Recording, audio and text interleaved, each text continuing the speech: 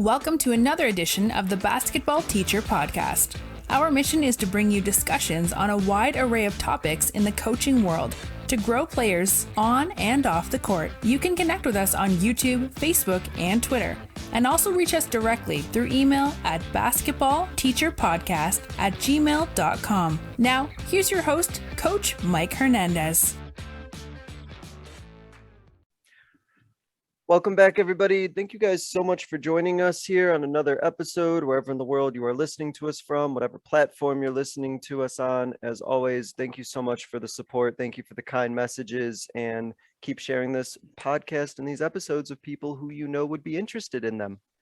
One of the things I really like about the way I set things up sometimes is that I really get the opportunity to focus and dive in on very specific topics and really flesh out on one particular area of the game. And this is a perfect example of one of those topics, because we're really going to focus the bulk of our conversation today on just timeouts and timeout execution, something that we all do pretty much throughout the course of every game. And I think it's worth devoting an entire episode on, just going and talking to my guest about what their procedures are in a timeout, what sort of things are discussed, how things are set up for out of the timeout, and all the little ins and outs that seem to go into something that seems kind of simple at the surface, but we all know as coaches, there's a lot more going on to it than that. So really looking forward to kind of diving into this one and kind of picking my guest's brain here.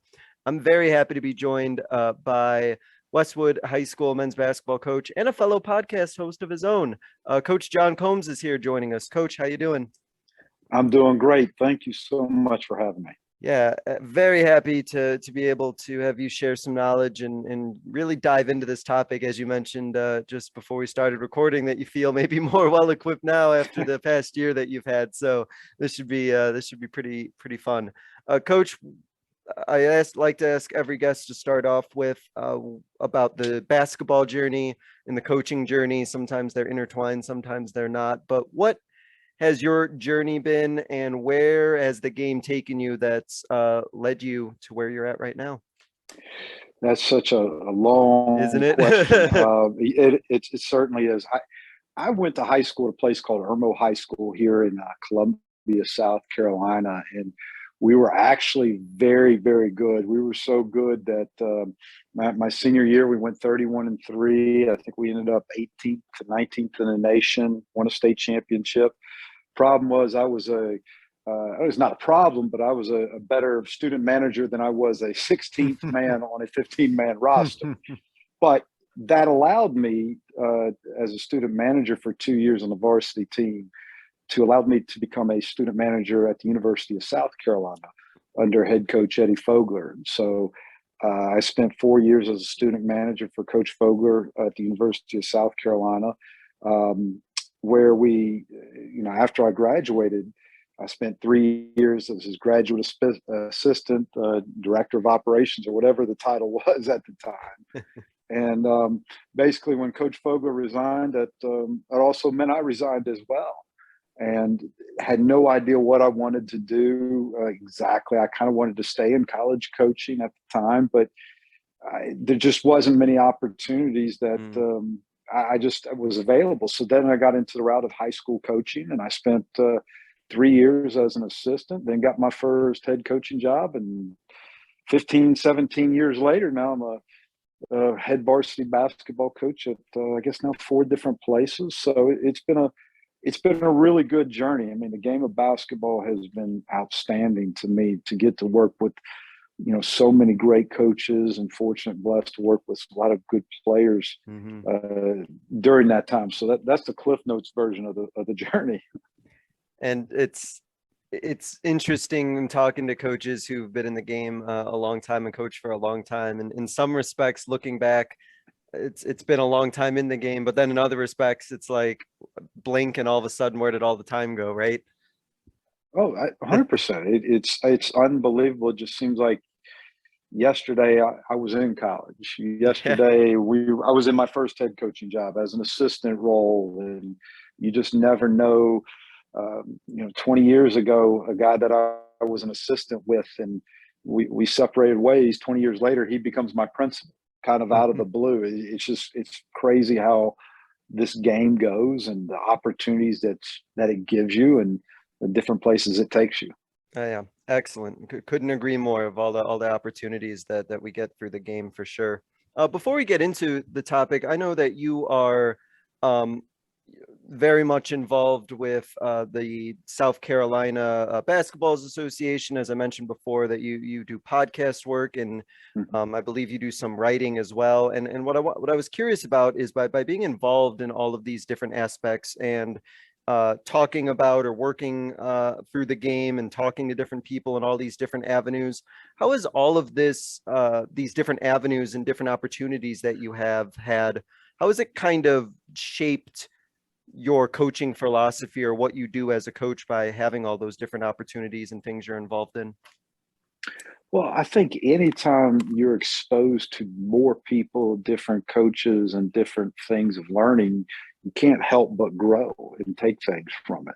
You know, as you said, me working with our South Carolina Basketball Coaches Association allows me to see what other people do, talk to coaches all the time about the challenges they face. How do they run a program? What do they do? And you know, I grew up as one of those people. I didn't want to complain about something unless I had an idea to fix it or an idea to make it better. So that's kind of what led me to be a part of our coaches association, because I wanted to help grow our game. I wanted to help make it better. And, you know, it's just been, you know, if I've got an issue, I've got any number of coaches I can contact in a heartbeat who can give me some ideas on how to do things, how to run a particular play, a particular drill, or I've got a player that I'd like to get recruited. Do they have a contact? So while there's a lot of work and things to be done, I think it opens a lot of doors and opportunities for me. And out of curiosity, I'm just kind of curious about the lay of the land, so to speak, with the kind of the state of maybe basketball in South Carolina, or the things that you see brought up or hear brought up in discussions. Just in your experience, and I know probably everything of COVID may have changed some of that over the past few years, but what are some of the reoccurring themes that you see brought up in conversations? Or are there any things in particular that coaches are consistently asking about or curious about or having a discussion about? Well, one of the prominent things we've had recently has been trying to add a shot clock to the high I was school wondering game. if that was one. No, it's been a very big topic. Yeah. And we've actually just recently got past a provisional trial period of a couple of years in our state where we can use a shot clock for showcase events and tournaments. Now, there's nothing, it's not mandatory. They don't have to use it. It doesn't mean after 2 years that we're going to have it full time, but it's a step in the right direction for us, the way we see it. It gives an opportunity for it to be seen. I think as a whole, our state is very supportive, or especially our basketball coaches are supportive of a shot clock. Now, we do have some very good basketball, and I am for a shot clock.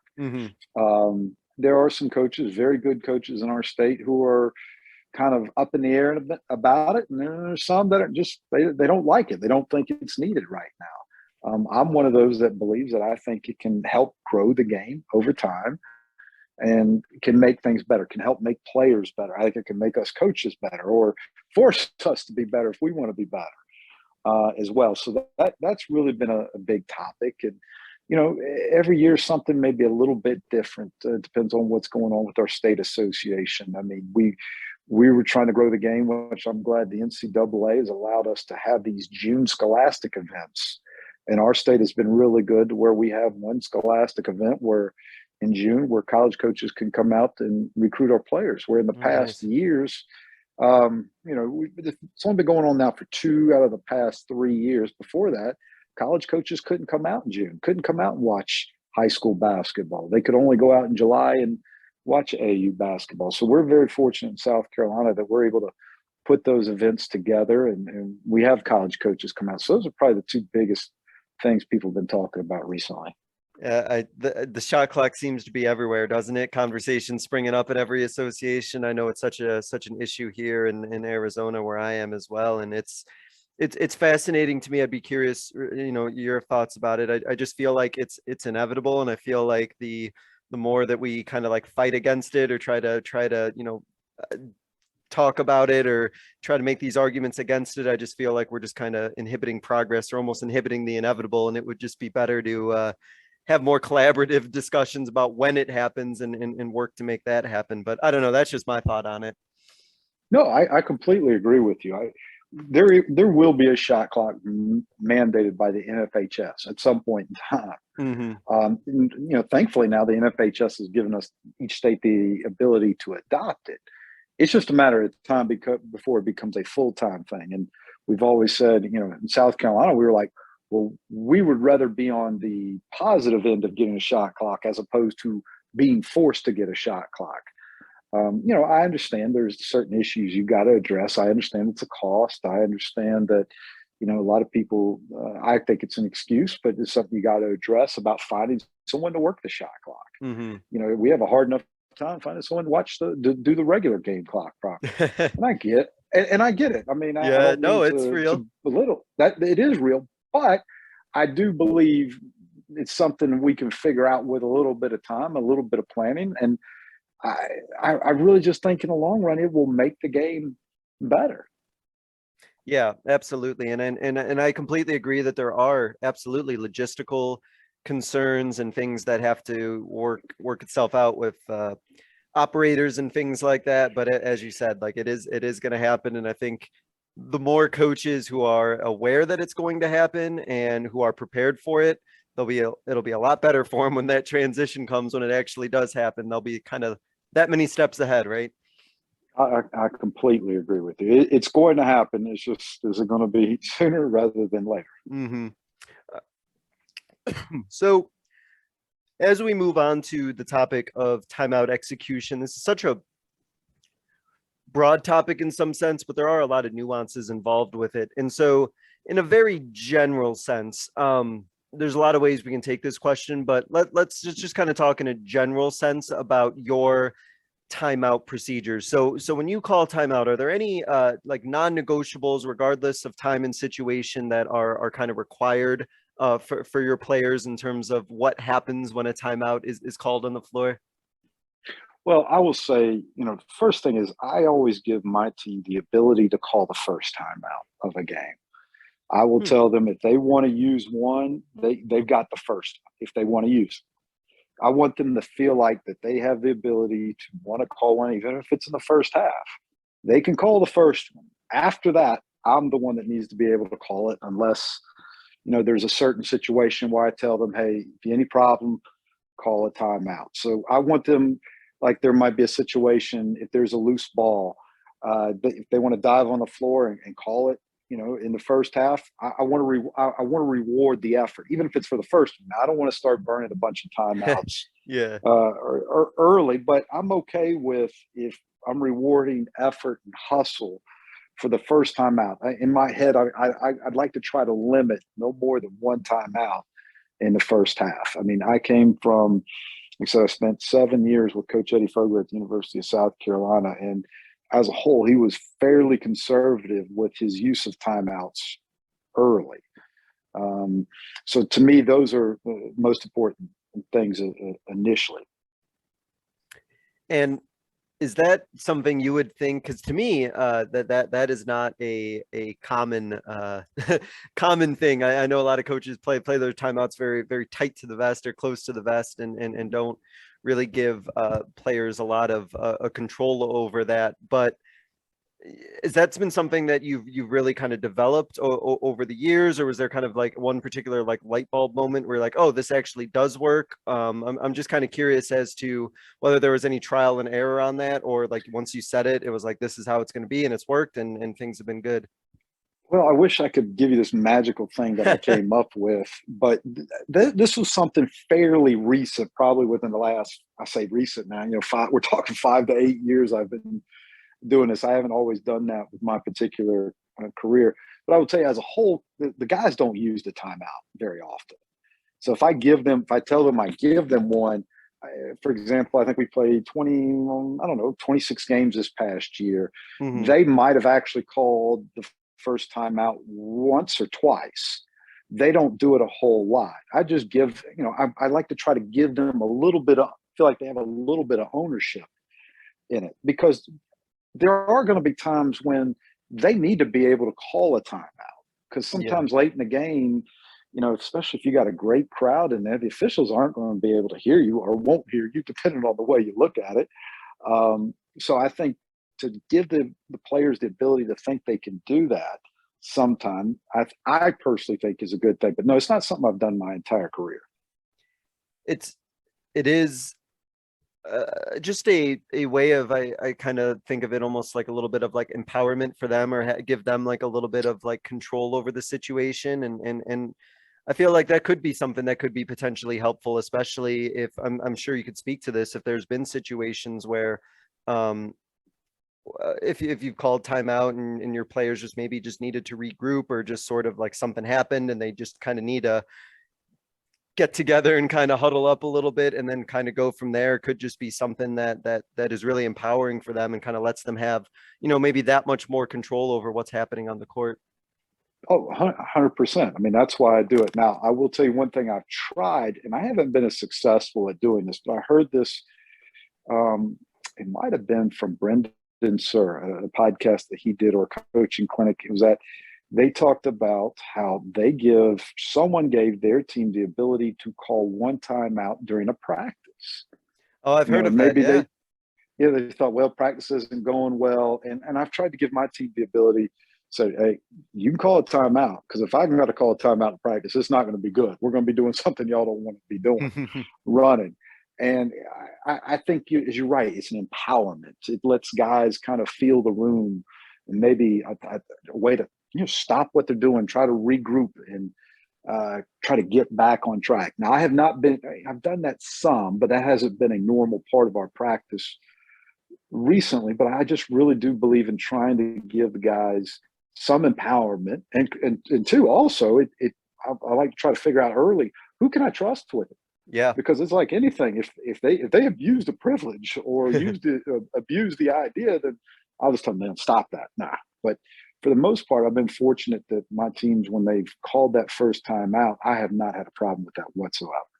Yeah, that's really cool. That's a really interesting idea. And yeah, I definitely have heard of the timeout in practice before, and it makes sense. It's better for them to call it to regroup rather than you being the one to tell them that there's a timeout, because like you said, they might not like what's coming next. So every coach, I feel like, kind of has their own procedure of what works for them in terms of, okay, we called timeout, they're coming to the bench. Some have a procedure of how everybody sits and how everybody sort of aligns themselves and what they do. Obviously, it might be a little bit different if it's a 30 or a full, but is that something that's important to you? And if so, like, kind of what's the setup of the procedure once the players are making their way to the bench? Well, for me, it's about, I always generally, every time I initially call timeouts, the first timeouts are going to be 30-second timeouts. Unless it's late in the game and I haven't used any and I just feel like we need a long rest. But with 30-second timeouts, we have to stand close to our bench. We have student trainers that they're instructed to bring water, so we don't waste time with there. Try to make it to where it's not spilling on the floor. But I want the guys that are in the game, which it's unbelievable how many times just even spilling water on the court happens. And you're like, what are you doing? You're like, what are you doing? I mean, and then it causes all sorts of problems. But I try to have all the guys that are in the game that they're standing directly in front of me, and the guys that aren't in the game on the 30-second are kind of huddled behind me. Because every once in a while, I mean, I will fully admit that when everybody's gotten together, I'll forget who's in the game, and I'm sitting there looking at maybe I told one person to go do something and realized, Coach, I'm not in the game. Who's in the game? I mean, that's just as honest as I could be. Sometimes I'm like, that's my bad. I'm sorry. And then by the time you realize the mistake that you made, the 30-second timeout's over. Then they're back out there. Yeah. Then they're back out there. So I've always had them stand right in front of me. Now, of course, when it's a full timeout, they sit. If you, everybody that was in the game, you sit. Everybody that's sitting, stand up, stand behind. So to me, that's as about as regimented as I get. And of course, in a full timeout, they said, I always like to have the players want to say something to themselves first. They talked amongst themselves. I try to talk to our coaches, quick huddle. All right, what do you want? What do you see? try to give them a few things, and then our coaches break, and then we go into the players. So the timeout gives the players just a few seconds to, maybe they want to say something to each other. Maybe they just cool down. And it gives me just a little bit of time to talk to my coaches and then go talk to the players. And to kind of follow up on that point, I know one of the interesting, almost psychological brain science type aspects of the timeout is just how much information could a player be able to take in, process, and then apply from what's being said in a timeout, especially if they're, tired or it's a stressful situation. And so in terms of what I know you mentioned how you like to have your players have the opportunity to talk, especially, if it's a full timeout situation, but how much do you think, in your opinion, you could actually effectively communicate with your players that they would then be able to actually take and apply? Like, I don't know if there's an actual like magic number you can think of, but is there like a limit, you think, to how much you could convey to your players before they're just not going to be able to process it? Well, a famous coach in our area is a guy named Coach George Glimp. George Glimp was head basketball coach at Eau Claire High School here in town. That he was Jermaine O'Neal's high school coach. Coach Glimp also was an assistant with the Knicks, the Trailblazers. He's we consider one of the godfathers of basketball here in South Carolina. He had a saying that was called KYP, know your personnel. And at the end of the day, you need to know your players. What can they handle? What can they not handle? We've all probably had players that when you call a timeout, you tell them everything. They look at you. Yes, sir. Yes, sir. I got it, sir.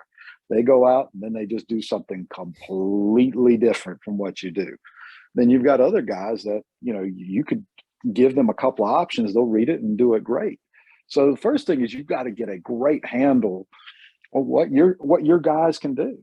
I mean, that's the one thing that time coaching has taught me is every group I've ever had has been very different. Even down to a guy at the beginning of the game, you can tell him that it's great. But towards the end of the game, he gets a little tired. He's done. Yeah. So you can't maybe give him different, options. Then you go back, and there's been many times when I've gone through what I said at the timeout, and they go out and they screw up the play, and I get upset. Then I go back, think about what did I exactly say, and I think about exactly what I said, and I go back and think about what they did, and they did exactly what I said, Mm-hmm. or just our communication wasn't as clear. And that's where I realize as a coach, every group you're going to have is very different. Although one thing I took from Coach Fogler and Coach Tim Whipple, who I worked for, or I was a student manager for at Irmo High School, it's difficult to give guys something in a timeout in which you haven't practiced. Yeah. If you're trying to get them to do something you haven't practiced, you better be able to explain it extremely well, and then probably not expect that it's going to go the way you explained it or the way it's thought of in your head. So my best advice to that is, man, you practice with your guys. Try to figure out what can they handle, what can they not handle, how much can you give them? Are they good with making reads? Do you got to spell it out? And at the end of the day, sometimes guys, you can't do much with them, anything different with timeouts, because they're just not really good at reading the situation. I think one of the really interesting things that you just mentioned about is about, what are you like specifically asking them to do, and the way to clearly communicate with players, because in preparation for this conversation, I recalled a story of when I called a timeout, and this was when I first started coaching, and I used some vague direction about probably like upping intensity or something like that. And I remember I don't think it was more than 2 plays later, one of my girls on defense just like fouled someone and just was like, well, I don't know. I didn't know what you meant, coach. So I just was more aggressive. And I was like, oh no, I didn't exactly communicate what it is I wanted you to do there. But you're right. Like for some of your players, like they need to know like specifically what it is that they're asking to do. And then some, like you can give them the options. And we only have so many timeouts, right? We don't want to waste time on, vague directions that don't really communicate anything. Oh, you're absolutely right. That's why I'm a big believer. You've got to practice those things. I mean, that was one thing when we had our COVID year 2 years ago, I guess the 2020 The 2020-2021 season, we only got Yeah. 14 games in, Mm-hmm. and we weren't able to do anything over the summer. We weren't able to have any scrimmages. We had very little practice. And I remember the first couple of games, like I just didn't feel good when we did timeouts, because I realized I hadn't practiced it a whole lot. We didn't Mm-hmm. spend a whole lot of time in practice working in timeouts. I didn't call a timeout over the summer because we didn't play any timeout. We didn't play any scrimmage games, Yeah, anything. right. So, and then you're trying to figure out what these guys could do. So to me, things like that, you try to understand what your guys, that's why I think I'm a big believer in having common terminology. Make sure you're all on the same page with your different phrases, your different screens and looks and the shots that you're looking for. Because if you have a common terminology which you use, I think you can be more efficient with your words. And to add to that, just to kind of get your thoughts on that, and I feel like for a lot of coaches, and I've been there too, and there's nothing wrong with that, just the art of, or the act of calling a timeout, that there's a reason for it. And a lot of times I feel like our players understand why that timeout's being called. If, another team is, going on a run, or we're coming out really flat, or there's some situation that we need to respond to, and that calling that timeout could be something where, your players are, they could be kind of nervous, they could be kind of tired, they can kind of see the scoreboard and think like, whoa, what just happened? This other team went on a run. And I feel like having that common language that they already understand or already are familiar with doesn't like overload them, especially if they're already kind of like mentally and physically a bit frazzled. I'd be curious if you would agree with that. No, I certainly would agree with that. I think, you call a timeout. There's any number of reasons, but one of the reasons is if you see your team's getting out of character, if they are doing things that just aren't what you're thinking they should do, or they're just doing things, body language is bad. You just see they're not responding to the challenge. I mean, sometimes they do need a timeout where you just chew them out, where you regroup, and sometimes you got to call them a timeout, calm them down, get them to understand game's not over. Let's settle down. Let's get back on track. And I go back to what Coach George Glenn said: KYP, know your personnel, know what your team needs. But no, I completely agree with you. And you mentioned in one of your responses earlier about communicating information, or in some instances drawing something up, if whether it's a out of bounds play, or some sort of scheme or quick hitter that you're trying to run out of a timeout. How important is this kind of balance of drawing something up for your players to run, getting on the whiteboard and a timeout and drawing something up for them, versus just giving them other forms of verbal direction that you don't necessarily need to go to the whiteboard on? Has there been some kind of balance that you found, or one sort of method that you found maybe works better than the other depending on the situation? I guess, Coach, when are you getting out the whiteboard, drawing something up, versus just talking to your guys?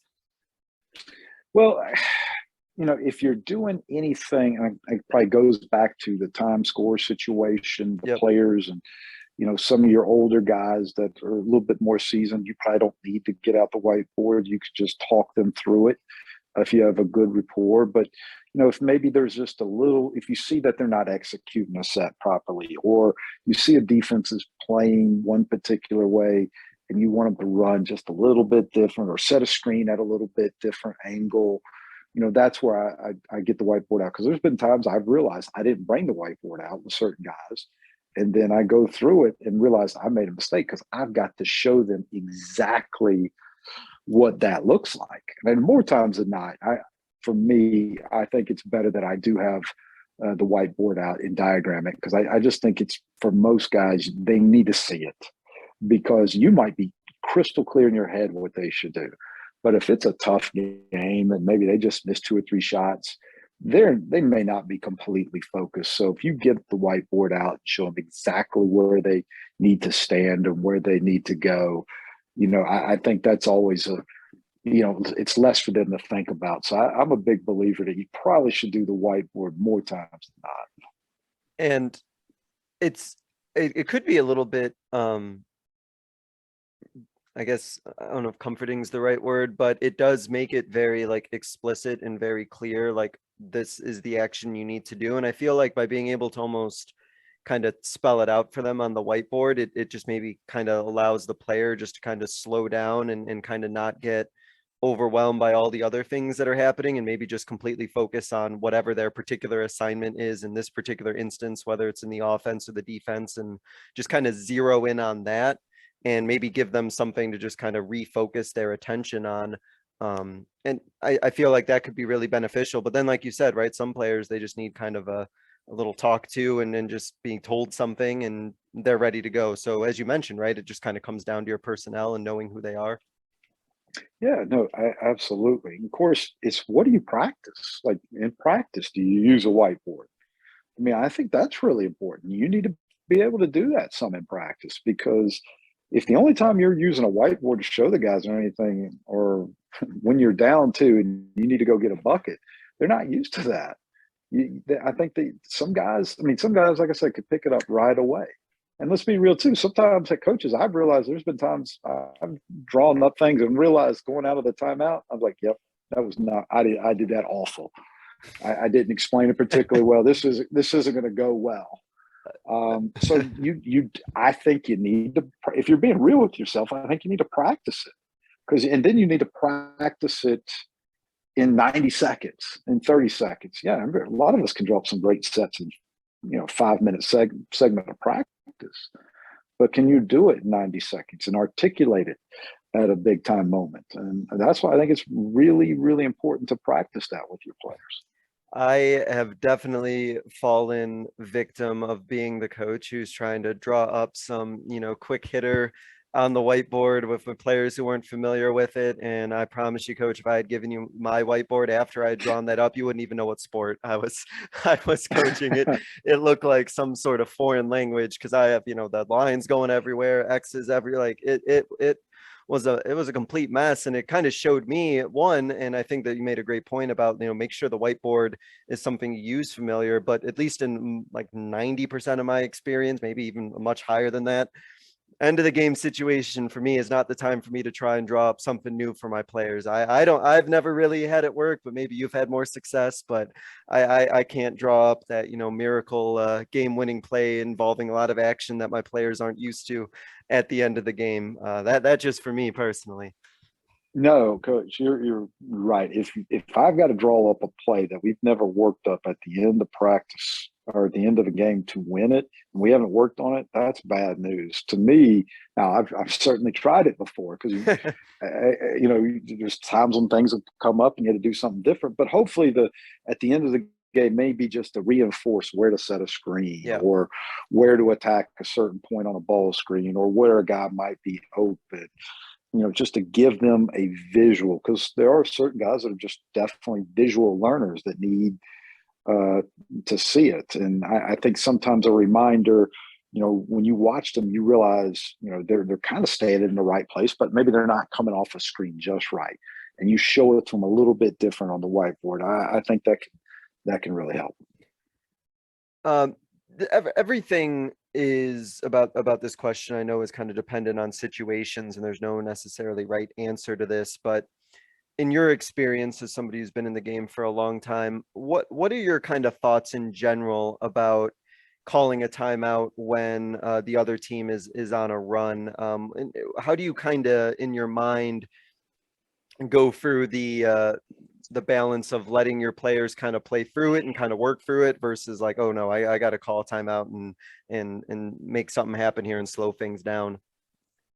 Well, I think part of it is a trial and error, I guess, with your team. How do they respond? I mean, maybe you realize early on in the year that maybe you made a mistake and realize you should have called a timeout early. So, okay, well, maybe you don't call it then, but your next time, if there's maybe, 4 straight baskets, you go from a tie game to now you're down 6 or 8, early, and the body language is bad. Then that's when I would, especially if it's the first time out, you call the first one. If you've got a veteran team, maybe you can let them play through it, especially if you know that they're, you're maybe, part of it is you're not getting bad shots. You're not even playing all that bad. They're just hitting their shots. Yeah. And if you see that their body language is good and they're still doing the things you want, then I'd let them play through it. To me, it goes back to, are they getting out of character? Is their effort level worse? Is their execution of what they're doing worse? If it's worse, then I think that's one of those things you want to try to correct as soon as possible. Especially if it is maybe you're playing a team that's much better than you and you're worried that maybe your team might be intimidated a little bit. I might err on trying to get that shut down sooner rather than later. But if they're just, the other team's just hot, I try to let my guys play through it as much as possible early on.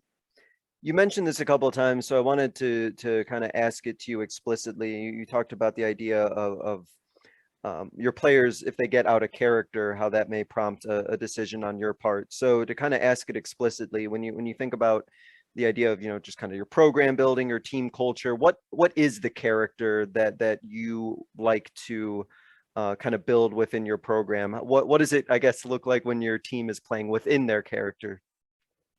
Well, it comes down to, let's say another team goes on a run, they hit a couple of shots. Well, my expectation is when we get the ball back on offense, that we might be a little bit more deliberate than normal to get a really good shot for us.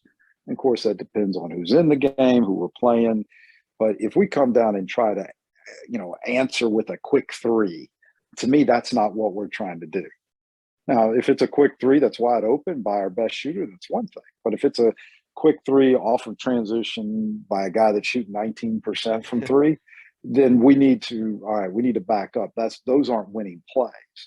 I'm a real big believer. We talk about in our program quality of shot. I try to make it as simple as possible. We have, you can get a grade of a 0, 1, 2, 3, or 4. A 4 is when you get fouled. And I think that is, you want a possession of a 4 because you want to get fouled. If you get fouled more times than not, you're going to probably win the game. To me, a 3 is what I call a very good shot. A 2 is an average shot. 1 is a bad shot, and a 0 is a turnover.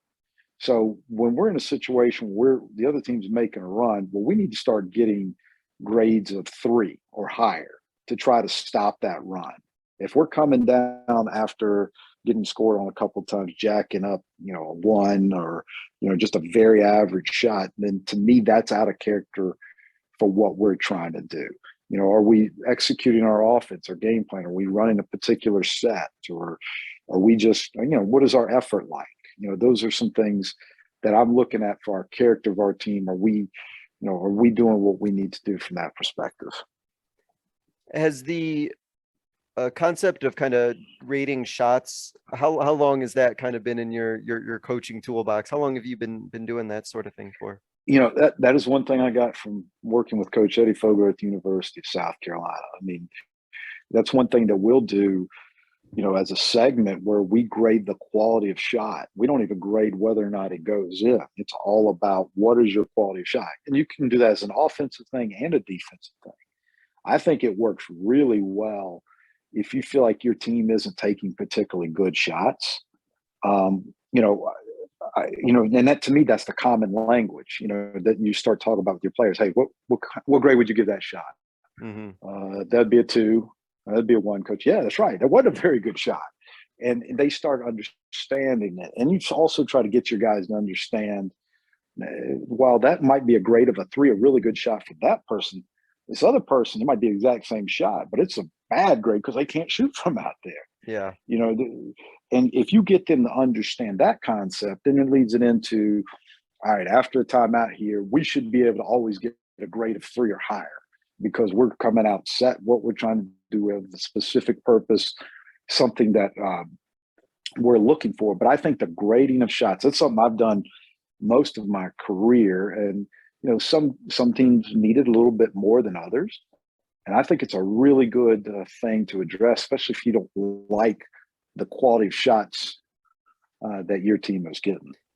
And it kind of goes back to what you mentioned earlier about in a timeout procedure, right? About being able to kind of communicate and speak in a language that they understand. And so when you talk about, the type of shots you want to get up and making good shots, they already kind of have that embedded in their brain that they know, like, okay, we're looking, to get a 3, or if I can to get a 4, type of shot. They already have that knowledge in their mind about what that sort of means to like play within their skill set and the type of shots they in particular should be looking at. And so they're hopefully, right, in a perfect world, it kind of limits the guesswork of, you know, what they're trying to accomplish on offense or what type of shots they're supposed to be looking to get out of that timeout. Well, yeah, I mean, that's our goal as a coach, to try to get them to understand. I mean, I think it's the number one thing, to get them to understand what is a quality shot and what isn't a quality shot. You get them to understand, you know, when you do drills with them and where you compete, competitive drills where, all right, this red team here is going to get 5 possessions, the black team's going to get 5 possessions. The team that's got the highest wins. And then they'll also see the value when you get a 0 in a possession. I mean, that's hard to overcome. So you think about it in a regular game. When you turn the ball over, that's hard to, you get too many zeros, too many turnovers. Those things are hard to overcome. And we try to get our guys, when we do those drills of grading shot, I mean, there's times the guy can get a layup and he misses it, but we still get a grade of 4 because more times than not, that shot's going to go in. You get layups more times than not, those are quality shots that are going to go in, and you're going to give yourself the best opportunity to win. And to me, that's really big, to try to get the culture of your team to understand what is a good shot and who isn't a good shot. Now, it might take a while. I mean, you know, some guys think that an outside shot from 3 is a grade of 3 from them. And I mean, it takes a while. This is where you got to bring stats into it. Yeah. You know, later in the year, dude, you're 2 of 30 from 3. I mean, that's not good. And most guys, once they see that, they understand. They most 95% of the people will understand. Yeah, maybe that's not a good shot for me. And then my mistake, then our issue is, if they don't understand, then that's our bad as a coaches for allowing them to stay in and play if they're shooting that bad. And I think a good thing about that, about having the stats and charting that thing, is it definitely keeps the kid from thinking that like you're picking on them or you just don't like them personally. It's all just, you know, this is what the numbers say and this is what the situation is. And it kind of lets the player, I suppose, also know, like, you know, if this did get better or you work on this, then here's what you could do. And these shots that are a 1 for you could move up to, you know, a 2 or a 3. But right now, this is what the numbers say. And it's very unbiased and takes away, like I said, the kid thinking that, you know, you're just picking on them or don't like them, right? Oh, completely. I mean, and our guys understand. Hey, if you're shooting 40% from 3, but during the course, if you shoot 50 shots from 3 and you shoot 5 just awful, I'll live with 5 awful shots if you're shooting 40% from 3. And then I get our guys to understand that. I will give them freedom with accountability, mind you. You've got to be able to, you know, make a certain percentage. You know, for me, to the 3-point range, you know, if you're 33%, you know, I always make them understand 33% from 3 is the same as shooting 50% from 2. And, you know, if they kind of understand that point from a point per possession perspective, you know, if you make a certain clip, I will give you a lot of freedom with how you shoot, because to me, you've earned it. Now, when you start missing a lot and your percentage goes way down, then we've got to address that. Yeah. And you know, kind of going back to, you know, circling back to the whole timeout, you know, concept, and that'd be a really great time to, you know, if you see it as a coach, right, that your players are, you know, getting good shots up and, you know, they're just not going in, you can, you know, give them that little talk, right, you know, just like keep shooting, like, you know, like the numbers will work themselves out, and sometimes that's what your players need. And I've had good shooters who, you know, they get into slumps and they just need a little bit of you know, reassurance that, you know, they need to keep shooting and they need to keep attacking and things will work out. And sometimes those are the most productive timeouts that I have. Oh, absolutely. And for me, it also goes both ways. If the other team is hot, you know, if they're like, you know, 6 of 8 from 3, and they weren't like great looks, they're just making tough shots. You just tell the guys, hey, let's just survive for a little bit longer. They're not going to continue shooting 75% from 3. And, you know, that's things you practice. Guys will buy into it and they'll stay strong, you know, with the point. At least that is the hope with. I mean, I'm not completely stat driven on everything, but, you know, over the course of time, I mean, you know, like I said, guys aren't going to shoot 75% from 3. I very rarely had a team do that against me. And if you Yeah. get guys to understand that, and not get too emotional about one specific aspect of the game. Another phrase Coach Fogel would always say was the cream rises to the top over 40 minutes of a game, or, high school for us is 32 minutes. I try to tell that to our players, get them to calm down. Okay, hey, this 6-minute stretch here wasn't good for us, but over time it will bear out. And sometimes you might need to call a timeout to get the guys not to be too discouraged by that, to get them back on track. So, hey, just keep doing what you're doing, or, give them a few adjustments they need to make to try to get things back on track. Yes, completely agree. Now, most coaches, they have a procedure in place. And again, this is all dependent on time and situation of what they like to do when the other coach calls a timeout. And I know that there's some coaches who are in the habit of like, oh, when the other coach calls a timeout, we're going to switch up our defense on them, or we're going to, kind of always have this kind of as a little bit of like a rule or a bit of a procedure that we like to do whenever the other coach calls a timeout. Is that something you like to do? Do you kind of look to, play that chess match of changing defensive looks, or what's kind of your general strategy? And again, there's so many different things that could happen and reasons why the other coach is calling a timeout. So I'll leave this open-ended on purpose, but what is kind of your strategy, or what is your procedure, the way you have your conversation with your guys look like when it's the other coach calling a timeout? Well, it does all depend on situation, but if they're calling a timeout because we are just playing extremely well and things are going good, I kind of hate to change things up. I kind of hate, hey, our man defense, what we're doing is going great. I hate to say, all right, let's go play zone now. Well, man's what kind of got them to call a timeout to begin with. So, I try to, it depends on that. If things are just going great our way, and there's complete momentum shift in our favor, I'll typically try to keep things the way we've been doing it. But I will, if it's like late in the game and they call a timeout and it's a close game, I very well may, switch from a man defense to a zone defense. Part of that may be just based off of what the other coach is like. What is their program? Is he really good at drawing upsets at halftime? Is he really, or after timeouts? What are they looking to do? I will do things like go jump the dribbler to change it, or go trap ball screens. Especially if they got a guy that's really good on the ball and they like the ball screen, and we're not doubling ball screens at that point in time, I may try to do that just so we get the ball out of their hands and maybe blow up any potential play that they're doing. But I still remember to this day, there was second round of the playoffs. One time we played man all game long, and it was a really tight ball game. And then with we were up 4 with 2 minutes to go. The guy calls a timeout, and he was excellent at drawing up plays. And I decided to switch to zone just to switch it up. And I will say it quote unquote worked for a minute, because we drew up a zone that, or we had a zone defense, 2-3 defense. The guy took a bad 3-point shot. The problem was he was so bad, he airballed it. They got the rebound, kicked it out to a 19% 3-point shooter, and makes it.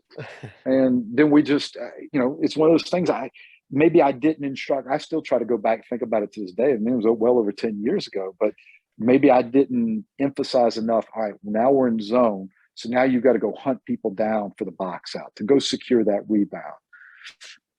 So I've always worried about, and this is, I still have this conversation with myself. Do I want to change defenses? I mean, actually me switching to the zone, the guy took a terrible 3-point shot. We just didn't get the rebound. But that's still part of the game. And did they not get the rebound just because it was a bad air ball, or did they not get the rebound because our guys went from always boxing out the same guy to now they were boxing, someone else out? So to me, every game is so different on how you do that. I like to try to change things up, to give them something to think about, but I don't like to change up too much if we've got the momentum going our direction. And we go from a man to a zone, or zone to the man, and that's kind of actually what they wanted, because they were struggling with what we were doing initially. I remember I remember a situation in a game that I was watching. I wasn't coaching in it, but I was observing it, and I found it really fascinating. There was that exact situation that happened where a coach called a timeout there to draw something up to break the other team's defense, and the other team switched from a man to a zone.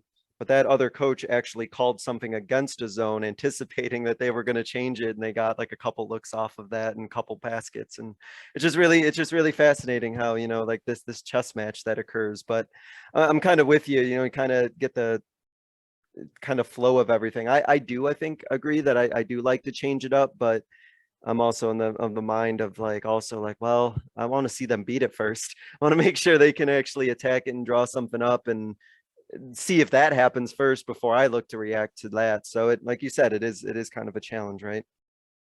Oh, it is a challenge. And I think it goes down to that's where, your advanced scouting of what the other team does. Are they really good at coming out after timeouts? Are they, do they, do they do, if you're a pressure man team, do they got some backdoor set that's going to fool you potentially to get an easy bucket? I mean, I think when you figure that out over time, that's where if you realize this coach maybe likes to do things. That's why if I'm calling the timeout, I call a zone set and a man play to try to figure out, I've even done simple things where I show, after a timeout, I show I'm in a 2-3 zone, but it's really a fake 2-3 zone and it goes into a man.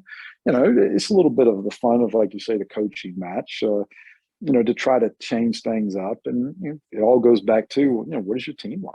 Mm-hmm. Maybe you don't want to switch anything up. Can your team handle going from one defense to the other? Some teams do it great, and some teams don't. Yeah, agreed. Before we hit our concluding segment here in a few minutes, you did mention off air that you have maybe learned or gotten some new experiences related to timeouts over the past year. So I wanted to give you the opportunity to talk about if anything sort of changed, or were there any sort of moments of growth that took place over the past year in terms of your timeout procedures? Well, I mean, we had a number of different situations where I did try to practice timeouts a lot more in practice this year, and not maybe even like a scrimmage situation, like an odd situation might come up where there's 10 seconds left in the segment. So I said, all right, timeout, coach, you take this one team, pull up a man defense, and you guys come over here and we'll draw up something.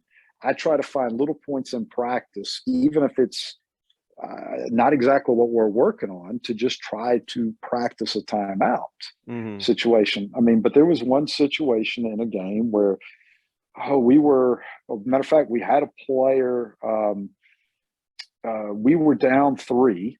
We took a shot and missed it. They got the rebound. We fouled him. So we fouled him right before he went to shoot the free throw. This was 4.1 seconds to go in the game. I called a timeout right before the referee, right before the referee handed him the ball. So we called the timeout to try to freeze them. We tried to give the players an idea of what to do and players got to understand, there's 4.1 seconds to go in the game. That's not a lot of time, but it's more time than I think a lot of guys, think at that particular situation. Right. We told our guys, just you get the rebound, kick it up. We put 2 guys on the outside wing. We had a guy get the rebound. He dribbled up the floor 2 times, pitched it to one of our guys on the wing, and made the shot. Now, I can't sit there and tell you we drew all that up at any point in time during that timeout. We didn't. But we tried to get our players to understand, 4.1 seconds is actually more time than you think. It kind of irks at me that, you see it with 4 or 5 seconds to go in the game, they dribble it on the floor, and with 3 seconds to go, they're shooting the ball at half court when you can still put the ball on the deck 2 or 3 more times and get a higher quality shot. Well, those are some things we did practice during the year. Well, the guy missed that free throw. We did kick it up. We did make a 3 at the buzzer to send it into overtime, and really something that looked like it was well drawn up and well executed. That really, I can't say that we completely did that in the timeout, but it was the concepts of what we tried to do over practice and time that I think gave our guys, I don't know, the right frame of mind to execute that. And we went in to win the game in overtime. So now I don't know how much of all that, maybe that was just really good fortune on our part that it led to that. Then there was another time, do you call a timeout to freeze a guy or not on the opposing team? I've thought differently. Well, we had a situation at the end, our last regular season game of the year, referee called a foul with 0.1 seconds to go in the game, and the game was tied. I probably shouldn't comment too much on what I thought of the foul call, but, the guy went to the free throw line. I had 2 timeouts to kill, so I called the first timeout. He came out, shot it, missed the free throw. And called, he went out, about to take the second, called another timeout. And so he missed his second one. So all he had to do is make one of the 2 free throws, and they would have won the game, but he missed them both. Now, I don't know if he missed it because we froze him with 2 timeouts. I'd like to think it may have had something to do with it and made him think about it. But, that's one of those things that I promise you from now on, because it worked that time, I'll probably do it again. Given the exact same thing. But, I think those are sometimes those are things you should practice, even on the offensive end. Maybe you should practice that with your players, get an opportunity to shoot a free throw that really, we try to practice that maybe at the end of practice at times. All right, if you miss it, the other team's got to do sprints, or whatever it is that they hate to do. But I think things like that are really important and very helpful. And there was one other time, that didn't go so well for us. We were in a comeback. We were down 6 late, and we had to be really aggressive. And we were particularly aggressive pressing. And we cut it to lead. We cut it to 4, then cut it to 2. And then when there was about 15 seconds to go in the game, and we were playing full court. I had full court pressure, and I said, all right, I don't want you to foul unless it gets under 10 seconds. If it gets under 10 seconds, then you can foul. Because I want to see maybe they'll turn it over. Well, they did. They turned it over right away. So we stole it and scored with 10 seconds to go in the game. Well, at that point in time, we're still pressing with the score tied. And the problem was we didn't get back defensively. And they scored late in the game to go up 2. So I go back and think, should we have still been in a full court pressure with the game tied late like that? Because we went from trying to, play from behind to now we're tied. I'm one of those that I wish I would have called a timeout then to set my defense. But, who's to say if that was the wrong move, right move? But knowing our team at the time, I probably should have called the timeout in that scenario. But the overall sense I'm getting from the situations you described is just the benefit it seems that exists when you practice this and you make, timeout procedures or simulate those game-like procedures in practice when, it's a late game and a timeout is called. And it seems like it's really been more a big benefit to kind of normalize those situations by practicing them. And then it's just that much easier, right, for your team when they're actually in that situation in a game, because in a weird way, there's almost like a comfort level because in a sense, they've sort of practiced it before. Well, I always try to give our guys, scenarios in practice, because we're going to see so many different scenarios in the course of a season. Whether you're up 5 with a minute to go, down 5 with a minute to go, you want to give them solutions and things to look for and hope and what they can do to execute to either hold on for a win or try and make a comeback. So yeah, I'm a big believer in trying to put them in different scenarios that are realistic, that you might see, and tell them, hey, there's ways we can still make this happen. Or also the flip side, hey, if you don't take care of the basketball, we could lose this if we don't do this a particular way.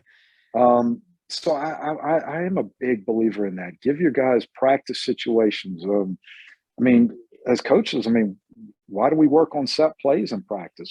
Because the reps, the more quality reps you get, the better you are going to be at executing it. Well, same thing, end of game scenarios. If you never practice how you would handle being down 2 with 5 seconds to go, or, the game of basketball is awesome, but I also know you can't practice every single scenario you're ever going to face. but you can put yourself in some fairly common uh, situations. Like I said, to understand, hey, if you got 5 seconds, can you go the length of the court in 5 seconds with a dribble? Yes, you can. You can get better than a half court heave.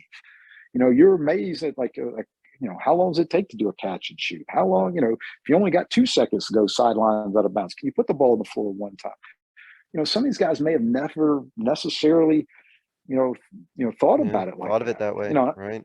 Yeah, and you've got to break it down. Hey, does the other team got timeouts? If they score with less than 5 seconds to go and they don't have any timeouts, don't even take the ball out of bounds because they can't stop the clock. We actually had a situation when I was in high school or in a state semifinal situation where we had a player, they had no timeouts. They scored with 4 seconds to go. We had a player throw the ball in bounds quickly and foul, and got fouled and missed a free throw. I mean, I think you try to address as many scenarios as you can to give your players the best chance possible. That's basketball for you, and there's always infinite number of possibilities, right? There's no doubt. It's crazy. And that's the best part. Coach, to wrap up, there's a couple questions I ask every guest, so I'll go ahead and start with this first one. Looking back on your coaching career, you've shared a lot of great moments even from this past year, but looking back in your coaching career in totality, what is a moment from your coaching career that you think others listening can learn from?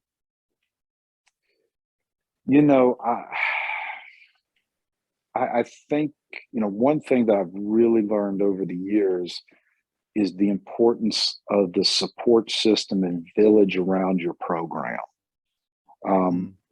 What I mean by that, that's even your relationship with your guidance counselors, your administrators at the school, the people that are taking tickets at the game, your team moms, and of course, every school I've been to, the culture is a little bit different with that. Some have very active team moms. Some of them, it's not a big culture, but I think the long-term success, it can help make your job a lot easier. If you got a good group of, booster club or people like that they'll get your pregame for you. Because all you got to do is tell them and they'll take care of it. Things like that. That's one less worry that maybe you don't have to account for. Yeah. So I think don't underestimate the importance of a good support system. And that could mean your athletic director. That also means your principal, your assistant principal, the teachers in the building, because if you develop good relationships with them, well, maybe instead of your player getting written up and, maybe suspended for a game or two because of school related things, that they come to you first. And so maybe you can hit that off before it gets to be a bigger issue. I think that's really, really important. I think a lot of young coaches, and I include myself on this, you want to try to do so much yourself. You want to try to control everything. Yeah, I like the word control. That's what I thought of. It is what it is, because you do. You want to control everything. The reality is you probably don't control as much as you think you do, and certainly not as much as you want to do. But I think do not underestimate the importance of the whole group of people around your program. Yeah, absolutely agreed. And it just makes your life easier. Let go a little bit and focus on other things and let others who can help you take care of the other stuff. And you can focus maybe more on the coaching element of it anyway, which sounds like a win-win to me. To wrap up, Coach, I give every guest what I call a 60-second soapbox. It's your platform to get out kind of a final message, a final thought, just kind of a closing idea that you want to leave the listeners with. You can kind of take it any direction you want. And no, I don't time you, so don't worry if you go over 60 seconds either. But I'm going to go ahead and kind of give you the floor here and let you take it from here. I really can't believe I'm going to say this, but the first thing that popped in my mind is us coaches have to do a better job. And I say coaches, administrators, fans, at treating officials better. I think officiating in our game is at a critical mass point where, I hear about so many guys not wanting to get in the game to call the game because of the abuse they're taking from parents, players, coaches. I mean, because I think about it as a coach, what I want to be a basketball official. No, I actually prefer to coach, but we need some highly qualified guys and girls to help be officials for our game. And I think us as coaches, we've got to do a better job of being examples of that, in providing better leadership towards how we act towards the officials during the game. And I'm sure there'll be some people listening to this podcast and they're saying, I can't believe John is saying that, because I've seen him act the fool at the games before. And I've embarrassingly have done that. I've done things and said things that I shouldn't have. But my time, I realized we've got to treat them better. We've got our code of conduct has to be better. If we want better officials, then the environment for which they call a game has got to be better. Plain and simple. I don't think it's as simple as, hey, let's just pay them more. That's not so simple. People don't go somewhere to be treated poorly. And I think that is something we've got to do a better job, even if that's at youth games, B team games, or JV games. We got to create a better environment for them. And I think that only will make our game better. And in both senses, I will agree with your point and agree that people probably roll their eyes hearing me agree with that point as well. But I get the emails from NFHS, about the critical mass shortage of referees and officials. And like you said, we're kind of at this critical mass breaking point where, we're going to be in some serious trouble, especially, I don't know about in your area, but a lot of the refs in our area, they're older, and I don't see too many younger ones kind of jumping into it. And we might be faced with pretty dire situation pretty soon if we don't make a kind of a community effort to clean things up. No doubt about it, man. We've already had some issues where we couldn't get some games rescheduled, especially a B team or JV freshman team games, because they just weren't available. I think we're fortunate. We're in a great area. We do have some really good officials, but we need to get more people in our game to make it better.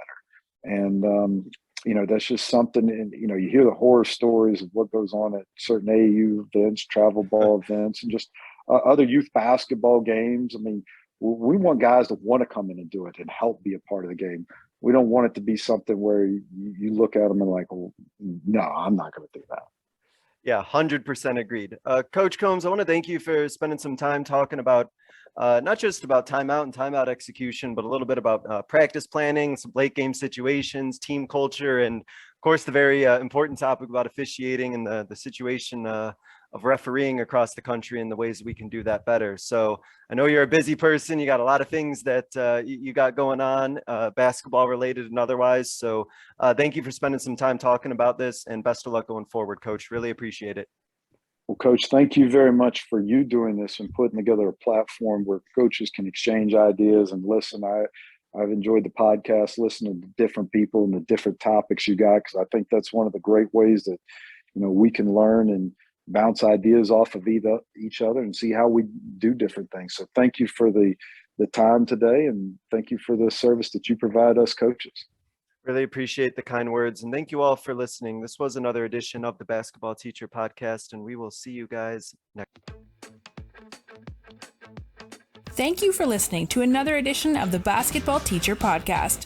Make sure to connect with us on YouTube, Facebook, and Twitter, or reach us directly through email at basketballteacherpodcast@gmail.com. Take care, be safe, and we'll see you next time.